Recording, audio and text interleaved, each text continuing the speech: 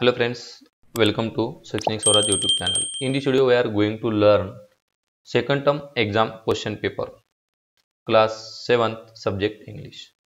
मित्रांनो, द्वितीय सत्र परीक्षेचा एकूण 60 गुणांचा इयत्ता 7वी इंग्रजी विषयाचा हा पेपर असणार आहे.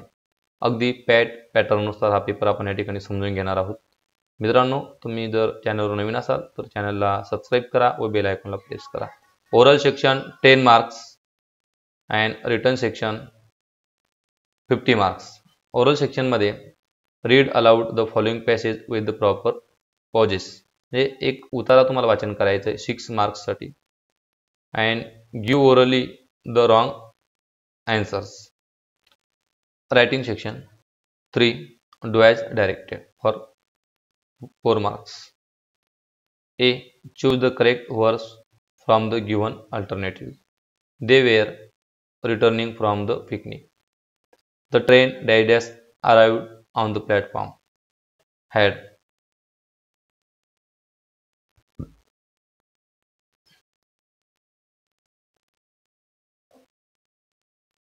identify and tick the correct tense form.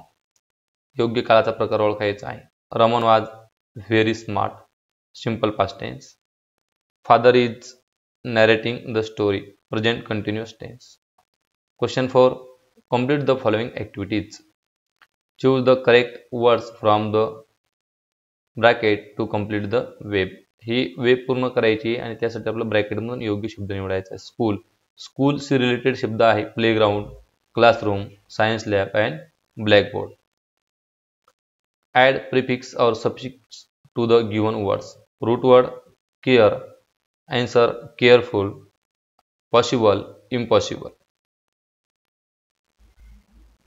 Read the following passage carefully and solve the activities.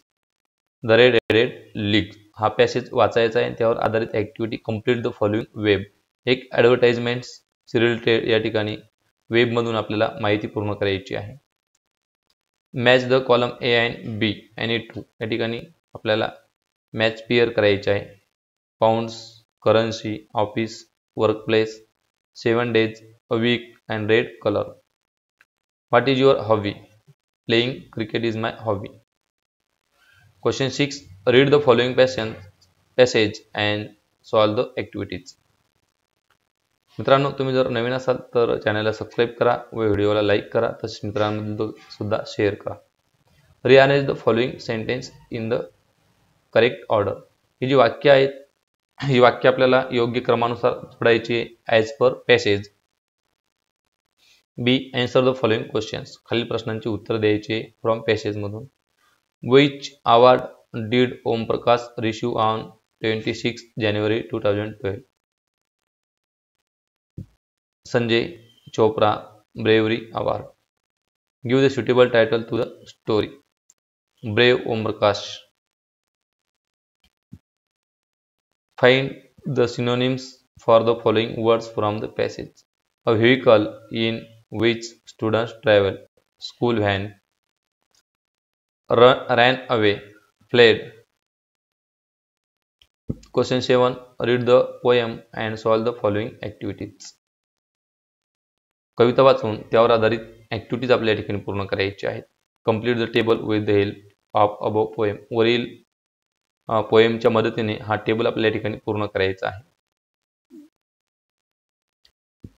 Write the rhyming pair from the poem. खाली दिलेल्या शब्दांसाठी कवितेत आलेले रायमिंग वर्ड्स आपल्याला जोडायचे. सच आहेत lazy, crazy, rude, good, careless, helpless, terror, error. Find out antonyms for the following words from the poem. Antonyms means विरुद्धार्थी शब्द. Active, lazy, careful, careless. Label the following diagram using the words given in the box. या box मध्ये शब्दांचा उपयोग करून हे जे चित्र आहे याला नाव द्यायचे आहेत. Headset, jack, front flash, speaker. या पद्धतीने या ठिकाणी या ब्रॅकेट मधील उत्तर या ठिकाणी आपल्याला कंप्लीट करायचे. Question 9. Composition. Observe the following picture and write minimum 5 sentences about it. चित्र पाहून आपल्याला त्यावर आधारित 4 ते 5 वाक्य इंग्लिशमध्ये लिहायची आहे. Such as this is a family picture. There are 6 members in family.